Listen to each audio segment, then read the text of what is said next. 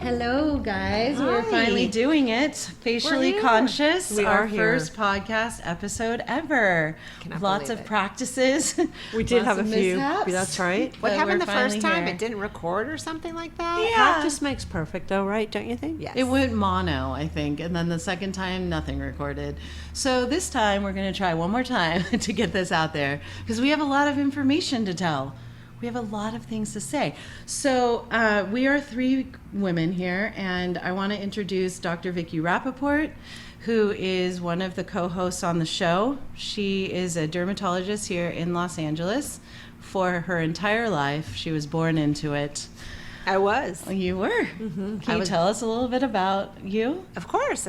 So I'm Dr. Vicki Rapaport, and I am a board-certified dermatologist practicing in Beverly Hills and now fabulous Culver City.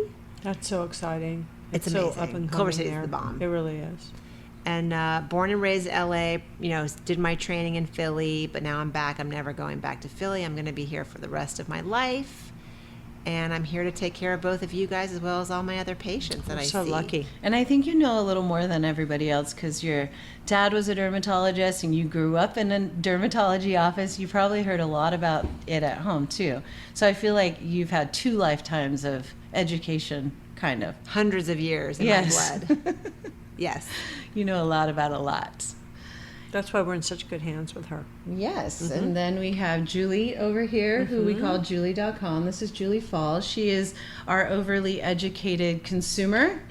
And tell us about you, Julie. What brings you to this show? Well, I'm a client of yours and a patient of yours. I guess that's the right way of saying it, Yeah. client and patient. And I guess skin is kind of a hobby. And I'm a little obsessed. I do a lot of research, and my friends come to me for ideas, and I like to bounce them off of you two. And yeah, kind of overly educated, but it's fun. Yeah. I think your passion is beauty. Although you have a guy, you have a gal, you have probably an optho, an ortho, Yeah, a plumber, all kinds a this, of stuff. a that. I do. And you vet That's everybody. why the Julie.com thing sort of stuck. Because, yeah, I kind of make things happen.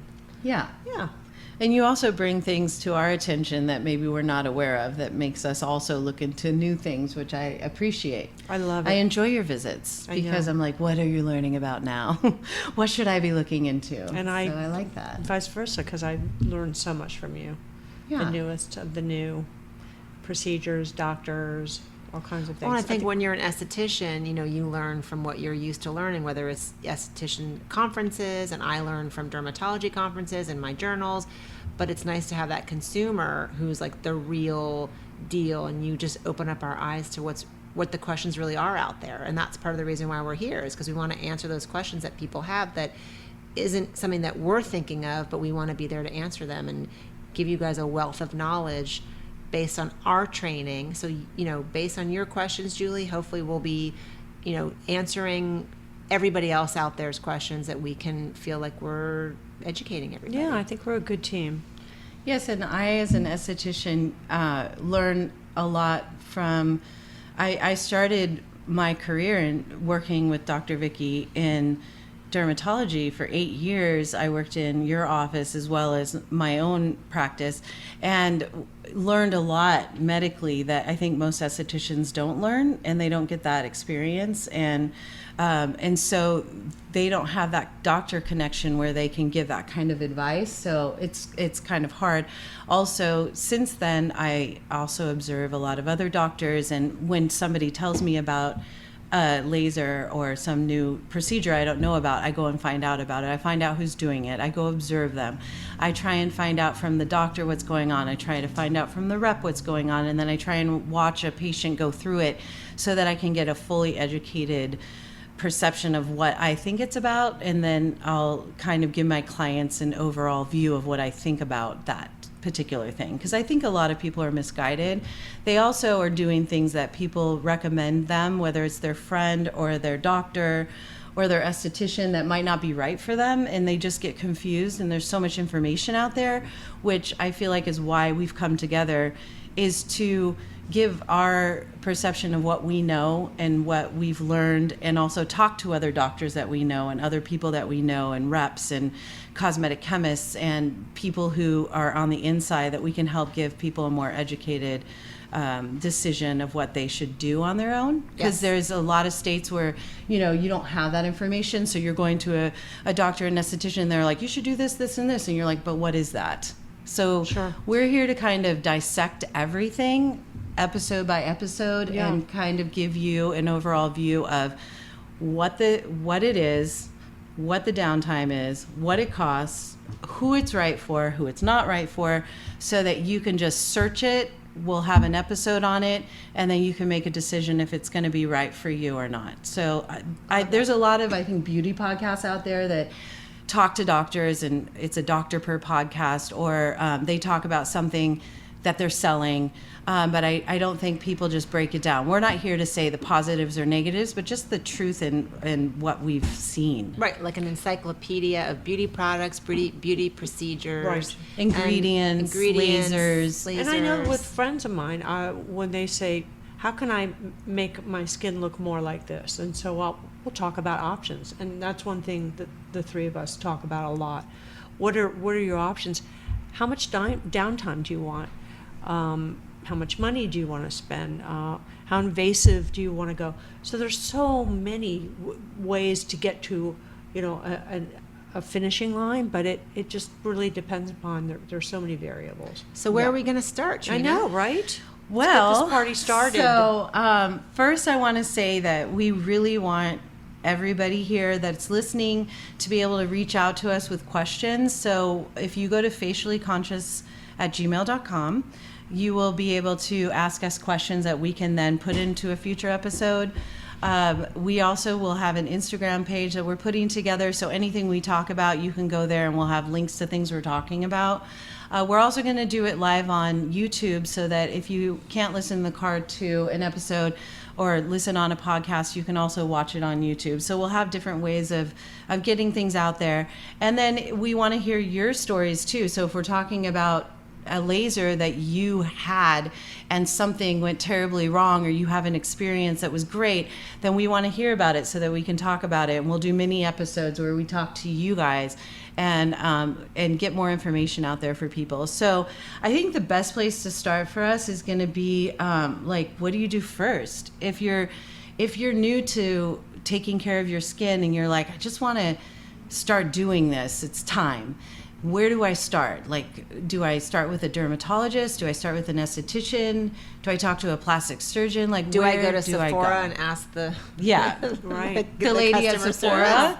Or do I go to a retail counter and say, what products should I use? Like, where is the best place to start when you're really looking for that beginning? So that's, I think, what we should talk about. I'd like to talk to Julie and see, like, what do you tell your friends who are starting? Also, what I tell people as an esthetician when they come to me and they're like, where do I start? And then you get that too, Vicki, where people come to you and as a dermatologist and like, where do I start taking care of my skin? So I think we all have different opinions on that, and I would love to touch on that. So we're going to take a quick break and we'll be right back and we'll dive in. Okay, we're back. Hey everybody. So we're back with Facially Conscious, and we're talking about where do we start when you're starting to get into taking care of your skin. So I think the best person to talk to would be our overly educated consumer over here, Julie Falls. Okay. When you take care of your skin, clearly, and you listen to a lot of podcasts and different doctors you talk to and people, estheticians, and you have a lot of friends that come to you and ask you, like, your skin looks amazing. Like, what do you do? What do I do? Like, where should I start? I want to start doing something. What do you usually tell them? As a consumer, as a non-medical, non-esthetician consumer, where do you start? Well, I recently had a friend who decided it was time for her to jump on board and How old start. is she? Just curious. Probably 50. Okay. And, Too late. Stop it. Sorry, you missed your window. Stop it. She has naturally good skin. Whatever. But yeah. Not possible. I just said, well, I think she she had been wearing sunscreen for a long time, so I think that helped. Duh. Right. So I said to her, what is it you want to achieve? And she said, I'd like to get rid of like my marionette lines. And Did she say the word marionette line? Yes. Did she Wow, point to that's that? impressive. Because she's She said self-conscious. bees? She knew the name of that. Yeah, Okay, they're the okay. two like parentheses Right. around your. Wow, very she called them advanced. that. Very advanced. She also, what else did she want? She just felt like she was looking dull, and I said, and it was definitely an age situation. She wanted to look younger, and I said, I think you need to start with facials, and you should start thinking about brightening, vitamin C, exfoliation. And she said, who do you see? And I referred her to Trina. And then she very slowly, through counseling of myself and Trina, decided that she wanted to think about a little bit of filler. And so Trina and I actually conferred and said, who do you think would be best for her, and who is, more of a conservative approach? And so we talked about that. And so usually I will end up sending somebody to you. Where do you get your information? Do you read online? I know you Yes. obviously go see experts yourself, but I'm just curious too. Like Very much online. Like today I brought you that information about that device. Yes. So I'm on some newsletters, can I say, Yeah. like Violet Gray. Yes. On Instagram, there's different Instagram accounts about facial. There's Gucci Westman. I follow her. Amazing, love her. What else? And there are various. There's different estheticians besides Some you who I know podcasts you I'm listen friendly to with. as well, or you've sent me some stuff Yes. from. Dr. Radio all the Dr. time. Radio, Dr. yeah. Doris Yeah. Day, and then the plastic surgery show on there. Where and does she then- find the time? And then I'm I have not I'm in sure. I the car a love that. lot, Oh, in the because I car, do have yeah. a career doing voice work. Yeah. And then I have another friend who is in the skin business, and my friend Suzanne, she's very up to date and works with a group of women who have lasers. They're also in Beverly Hills, and she actually just made up a new oil for me, which is really great. Ooh, I love And- that. Yeah. So it's just. Julie's just in the know, so she I'm in the knows. know. Yeah, so you kind of tell your friends, depending on what their issues are or whatever, kind of where you kind of guide them to aesthetics, or an esthetician Exactly. or a dermatologist, depending on how deep their needs are. Exactly. If somebody says I want a facelift, then I'll give them names for that. Yeah. Right. And friends will send other friends to me, and I really should think about a way of making money doing this. But anyway, We'll help you figure that out. Yeah. Maybe after this podcast. But thank Yeah. goodness for both of you, because I have these wonderful people I can refer them to and know that they're in good hands. Yeah, so people out there who don't have that, who are maybe in a small town, who don't have access to the knowledge of what esthetician or doctor to go to, would you say it's good for them to kind of look at their friends who they think look good and ask them where they go or what they do, or like where do we start? I would try to find a local dermatologist, because a lot of times they will have an esthetician in their office. Usually, hopefully, they're going to start you on the track of sunscreen, exfoliation. That's what I would say, and if you do have access to a larger town, or there's rescue spas that are in New York and Philadelphia, and you can go online and read about them and their products, and they will send you things, and there's all kinds I think if you have the internet, you can find out a lot. Yeah. What do you think? Well, so me as an esthetician, when people come to me and they're starting to take care of their face, the most important thing that I start with is like, what are you doing now for skincare? Like, are you just washing your face? Because the most important thing I think to start someone on, to start with the anti-aging, is getting on sunscreen, right? Because Yes. a lot of people don't use sunscreen. and getting on antioxidants that help to fight the free radical damage caused by sun and pollution and things like that. So I try, and if they're older, I'll try and get them on some kind of an exfoliation to help exfoliate the dead skin cells, to help kind of speed up the metabolism of their cell growth. If they're younger, it's different, because if they're trying to take care of their skin where they're younger, it's a lot less ingredients that you have to do. You don't have to do facials as much. But when you're dealing with people with loss of elasticity and wrinkles, first, I think really repairing your epidermis and your skin is super important. So products come in at that point, and getting them on the right products so that their skin is healthy, so that when they do lasers or injectables or surgeries, that their skin's healthy and it's going to repair quicker, and scars are going to repair quicker. Their skin's going to look better after a laser if they're taking care of their skin. So I try and start them there, and then I can bump them up to certain things like microdermabrasion or peels or microcurrent or Procedures, oxygen, yes. Things that are more advanced that they can peels. Yeah.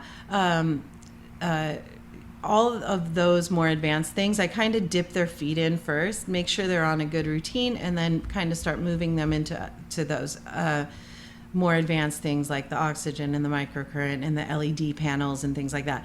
Then when once we've got their skin in good health, they're starting to take care of it. Then when they start talking about things that's more medical, I'll send them to a dermatologist. And sometimes we do it simultaneously, because sometimes they have spots on their face that I'm like, you need to go get a laser. Or you have rosacea. So I can treat you here for these things. I can get you on products, and then I'll send you over to this dermatologist to help you with your rosacea, with the brown spots, with some lasers that'll tighten, that type of thing. So I work simultaneously with doctors as well. But like if a patient comes to you, Dr. Vicki, and they've never seen an esthetician, they're new at all of this, they come into your office and they're like, I want to start taking care of my skin, I'm ready. What do you tell them as a doctor? Those are my favorite patients. Are they? Because they're so virgin-like. Yeah. Sure. They're fun. So I guess it depends. If they have acne, of course I'll tell them something different. If they have just normal skin that isn't sun damaged or acneic, I'll start them on a routine. But it's so confusing out there. There's so many products. Everybody tells them something different. Their friends tell them something. Their mom tells them something different. They go to Sephora and they tell them something different. So I have made up my birthday cake, my skincare birthday cake, which explains Ooh, I like that. why you need certain products and what those certain products do. And also, What's a skincare birthday cake? So I have it right here, Because there's layers. and because there's layers. I love and layers. so if you want Write to that down. We'll have to post that. if you want to start off, and also I'm very visual, so I need the visual to help understand and remind myself how to consult these patients. Do you because have that hanging in the office? when no, people I mean come now in? I've memorized it Okay. completely, but you It's not start like that pain thing, like the face No, 0 to we don't 10 do for the that. pain. Okay. No, but that is a good thing to have. There's I no always pain tell in your people office. the most important thing is on the bottom. If you're not doing the bottom ones and you're just doing the top ones, and you're missing the point. The 3 bottom ones are the most important, and they're like the base of the birthday cake. So sun protection, number 1. Right? Like if you fail a test, you can study harder and do better. If you are chubby, you can, go on a diet and lose weight. If you have a wrinkle or sun damage, it's really hard to repair it 100%. You really can't backtrack the way you can backtrack in life with your other mistakes. So don't make the mistake of getting way too much sun. So sun protection, but my big thing about sun protection is not just sunscreen. It's avoiding, it's hats, it's clothes. Sunscreen is great, but I think sunscreen alone is a false sense of security. So yes, I'm good with sunscreen, but the worst image in my head is like the woman with the baby stroller and the huge hat on a sunny day, and she's wearing tank top and shorts. Mm-hmm. Like, what about your body? What about your arms? Like, Yeah, you people have don't your think head about face that. covered because your face is important, but the Is hat. the baby covered? Yes, the baby's covered. Okay, Good question. Yes, I love that they're doing But the baby. also, this is true. Like to kind of teach people to walk early in the morning or walk at dusk where it's not like in the bright heat of the day. When you're at lunch, sit in a shady spot. Don't sit directly in the sun. Listen to these tips I've been because keeping they're a hat in my car. good. A hat in every car, and no convertibles. But I have a question, Dr. Vicki. Yes. A dermatologist, a plastic surgeon Okay. told me, because I was born and raised in Miami and had my major share of the sun with that sunscreen, that if you start at a fairly early age with taking care of your skin with sunscreen religiously, that some of it can be reversible. Is that?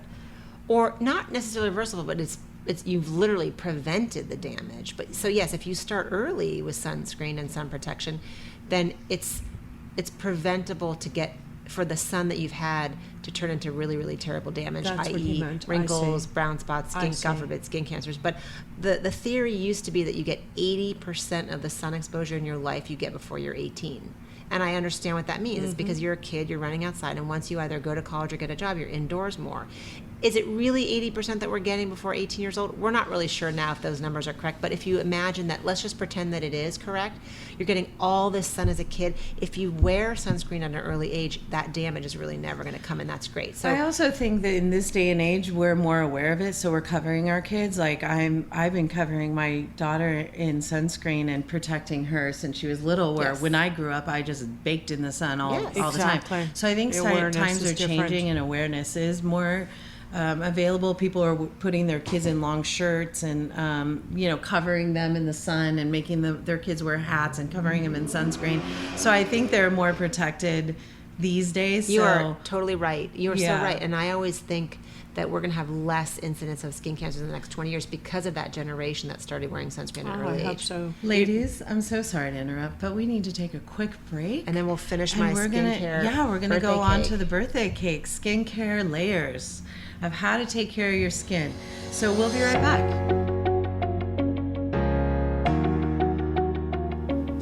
Hello, we're back with Facially Conscious, and we're talking about sunscreen and our layers of protection from Dr. Vicki Rapaport. So we started with sunscreen and how important that is. So what's the next layer after sunscreen? Okay, so when somebody comes in and wants a consult on how to take care of their skin, I give them this birthday cake. Like I said, we start with the sunscreen being the most important. The second most important is the peeling agents. So peeling agents can be anything. Anything that peels, I should say.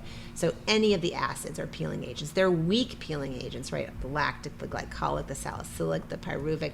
And I'm talking about things that stay on your skin. I'm not talking about getting a peel. I'm talking about, pads with the sal acid or Exfoliation. Exfoliation, yeah. Would that be You like can- a retin-A? So, and then the Yeah. retinol and the retin-A are the chemical exfoliate. Excuse me. So you can do the peeling things with the acids, or you can do the vitamin A derivatives, which are the retin-A's and the retinols. And those are a little more subtle because they don't sting. They just over the days and months and years that you use them, they're peeling off that top dead layer that we're not sloughing fast enough. My favorite is retin-A. I mean, if you come to me, I probably have retin-A slathered all over me. Retinol is the weak over-the-counter cousin, but everybody knows and loves retinol. It's fine. It's just weak. So once you sort of Can everybody use retin-A? not everybody. Some people get very irritated. But if you really, really, really want to use it, we can teach somebody how to use it correctly. So whether it's like once a week or on top of a moisturizer, there are ways of getting around the irritation of Trina, retin-A. do you use it? No, I use retinol because retin-A, the tretinoin, is it's irritating to the skin, so you get flaky and irritation with redness. Which if you do, like she said, over the course of time, and you do it like 2 days a week get and then used 3 to days it. a week, and you get used to it, that doesn't happen anymore. But trying to get someone to do that, they get irritated when they get flaky and red, and so they'll stop using it rather than trying to go through the process. So retinol's a little easier because you don't have to give them directions and they can start right away. And retinol turns into retinoic acid under the skin, so it just has the less irritation, but it does take longer to do what a retin-A will do. What about you for yourself? I do retinol. Retinol. Yeah, retinol. Retin-A doesn't work for you. But when I just don't use it because I have very irritable skin. I have a little bit of rosacea, and so anything I use is just super irritating. with So me, right. I tend to go towards retinol just because it's easier. And also, I can sell retinol as an esthetician. I cannot sell Retin-A, and Retin-A is over the counter. So if you're going to use Retin-A, you have to go to a dermatologist or a plastic surgeon to get Retin-A's it. prescription. It's a prescription. Do you have patients who have rosacea and have sensitive skin and they can't tolerate it, but you've gotten them onto a routine where they have been able to eventually, slowly? A lot. I mean, and Yeah. there are people who have rosacea that actually do really, really well with Retin-A. But again, you have to tailor it to them. And when people get red, it's retinoid redness, and it's kind of a known thing. That the Retin-A is working or the retinoid is working. And I actually really love my Retin-A redness because I feel like it's making me glow. I don't have the same irritation problems that you do, but I also explain to patients when they are quote unquote dry, that's that dead skin literally flaking off. That's what Retin-A is supposed to do. So if you're not getting any flaking, the Retin-A is not strong enough. You're basically giving yourself like a real peel at home. Sure. And over the years, you really do get used to it. And it's just without Retin-A, your skin just isn't really exfoliating the way it could potentially. So I'm going to go to my next. I think anyone over the age of 30 personally should be on some kind of a vitamin A because it helps to plump the skin. It helps with your collagen production. It helps exfoliation, and it's really good to be on some kind of a retinoid of some kind. Retin-A, retinol, And Tazarac. There's so many different kinds. And there are studies that have shown when you take a biopsy of the skin, the collagen layer before using Retin-A and 6 months after using Retin-A, it actually does thicken the skin. And I think that there are many estheticians that are taught very poorly in beauty school that Retin-A thins the skin, and that is absolutely unscientific and never been proven. Sure.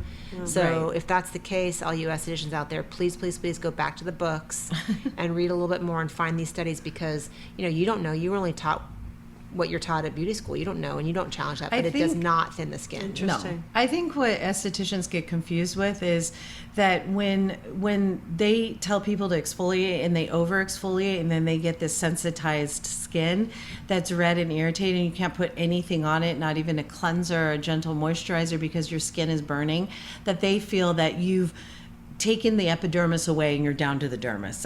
It's a misconcept, but this is what they think. So they're like, you've thinned your skin and now you're down to that, dermis, but that's not true. No, there's no way. Well, we've seen people who do too many things and they start to look like they are thinning.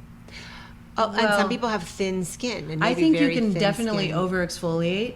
And I think some people do that, and they do have sensitized skin, and then you have to, at that point, pull back on everything and stop doing everything. Let your skin heal itself, because you have exfoliated and taken off too much. But that's not just Retin-A. No, it's that's anything. Across the board, glycolic, any kind of exfoliation, too many peels too fast. There's. But Definitely. your skin repairs itself, and you're going to get back those layers. You'll get them back. You just have to stop doing what you're doing and let it rebuild itself. But so your second layer is as a peeling agent. So the reason for peeling, and that's after sun protection peeling, is because as we age, our cell turnover slows down. Right. So when we were a teenager and we were younger, and in our early 20s, your cell turnover happens every 28 to 30 days. Your new cells come, they exfoliate off your dead cells, and they just kind of are on their own cycle. When you get a little bit older, that cell turnover slows down. You don't make cells as quickly, so then the layers just sit there. Yes. And so then if you exfoliate off some of those top layers, it sends a message down, make a new cell, make a new cell. So you're speeding up the metabolism of your cell turnover, which is rebuilding your skin and making it healthier. So I think that's why that second layer is so important. When you're older, and above everything 25. you said is right. And the other thing is, when you do get off all that dead skin, that your body isn't sloughing off fast enough, all your other products get in better, and all your other procedures work better, because you've gotten rid of that keratinous layer that's so thick. And then think about those poor little old ladies and old men where they don't slough at all, and they're literally covered in dead skin because they don't scrub in the shower. Now, I'm not saying those people should use Retin-A, but I'm saying it's a perfect symbol of how we just slow down our sloughing. So yes, I'm a huge fan of the retinoids because we love to turn over our cells faster. Okay, good to know. Should we go to the next? So we have four more layers that we have to get through real quick, layers. and then we're done with this podcast. All right. Okay. So third most important layers are the antioxidants, which you did touch on with the vitamin C's. And this is you know, important the green because tea. They're basically they help repair damage. They help repair Protect free against free radical radicals. damage. Free they're radical kind damage. of like what I like to say is they're these little warriors that stand on the surface of your skin and fight off free radical damage, which are the free radicals attack your cells and destroy them, and it's just this cascade of damage that starts to happen under Which under is your like skin. inflammation. It's basically DNA Yeah. damage, pollution, aging, sun, all that stuff. And that's why some sunscreens actually have vitamin C in it, because Yeah.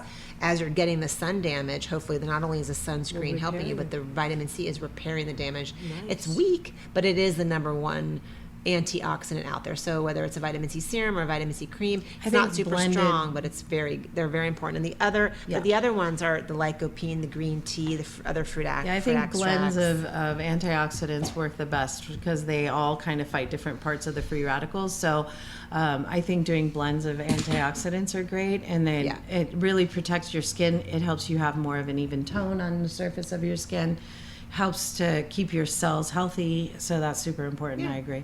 And my biggest recommendation is the antioxidant in the morning and the retinoid at night. Yes. And then last but not least are the peptides and the growth factors. So peptides and growth factors help build collagen.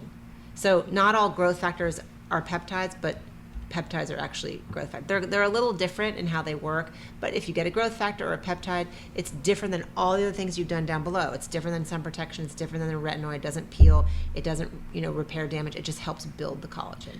And peptides and growth factors are great because they actually repair your cells at a DNA level. So all those damaged cells that are under your skin, they're going in and repairing, so that when that cell dies, when it's about to die, it's being repaired, right? And so then when it's about to die, it goes and sends a message to the DNA to make a new cell, and the DNA makes a replicate of that cell. So if you're repairing it with peptides and growth factors, you're repairing that cell. So it's actually a better cell that you're producing. So it's really repairing under the skin, which is great now because we never had that before. Yeah, and they're it's new. like they're Ish. new-ish. They're newish. And they're more advanced. So I'd say, after your basic steps of sunscreen and exfoliation and antioxidants, then your next level is your peptides and your growth factors. That's like what comes next. Right, Yeah. and just to be super practical, again, you don't have to put them all on every single day on 4 layers on top of everything. Unless you're me. Unless you're you. But sometimes they're not compatible. So I tell people use one thing at a time, really. yeah. So a couple things in the morning, a couple things at night. Yes. There you go. Definitely your peeling agents at night and your repair things in the morning, if you have to think of it that way, right? Down. I'm down. And that was what's the top? That's it. Oh, Just future high-tech components. There's always something new out Lasers there. and things, no, handheld 'cause devices. This is all skincare. So remember, I leave it open because there's going to be something new that we'll Right. talk about, Isn't and I'll that the stick it right truth? there. Yes. There you go. love So that's awesome. I love that chart. I want one. So I think this is a great start. I think when you're wondering where you should start, seek out a really good esthetician, A good friend. a good good friend friend, that, and a that good- takes really care of good her skin, that dermatologist. can give. Always, I think, look at your friends, look at the people around you, and be like, "Wow, you have really nice skin. What do you do? Who do you see? What your friend does isn't always necessarily what's good for you because she has different skin or he has different skin than you do. So maybe what they're using isn't necessarily good for you, but who they see." And who their esthetician is or who their dermatologist is more important. So that person can guide you on your skin. And I would say, lastly, go online and look at this skincare birthday cake, because if somebody's trying to sell you a cream, ask them, well, what is that cream? And most of the things are going to be in one of these categories, because this is like 90% of what's out there. Is it an antioxidant? Oh, yes, I need an antioxidant. Okay, I'll buy that. What is that thing? Oh, it's a retinoid. Oh, okay, I'll buy that. That way you understand what you're putting on your skin. You don't need to layer 7 different antioxidants. You just need one antioxidant. Right. So that's also what I tell people, is because they'll say, "Oh, I'm using all these things, but I'm confused because I have so many different things, and 3 of their things are antioxidants, and 3 of their things are exfoliators." So then you just really need one of each That's in right. each category. So kind of dissect your own products and make sure you're only using one of each category. Yeah. Which is You don't where a need good to- esthetician dermatologist will come in, because Yes. then you're getting educated. Yes. I mean, I don't want to put down the department stores or the Sephoras, but you do need to kind of take one step beyond that, and in terms of getting educated. And they're great places to find things and buy things, but I think you can really get lost in a sea of like people trying to sell you things and just over Oh, yeah. over, I agree. Yeah. Good advice. So I Julie. am definitely an overly educated consumer, but I'm a good one, and I'm not gullible. I love Yeah. it. Yeah. And you shouldn't be either, people out There's there. really good salespeople out there that sit in those stores and know all the keywords that they're supposed to use to sell you something that thing is not even what they're talking about. So I would say trust your dermatologist and your estheticians. So, all right, well, that's it for today. Thanks for joining in, and we look forward to talking to you next time on Facially Conscious. Our next episode is going to be on Botox. I think that most people are aware of the word, but a lot of people don't know actually what Botox actually is. I think a lot of people think it's filler, but it's not. So we're going to touch on that next time, and we look forward to hearing from you. Again, you can reach us at faciallyconscious@gmail.com. You can check us out on our podcast and YouTube. We'll see you soon. Bye-bye. Bye. Bye.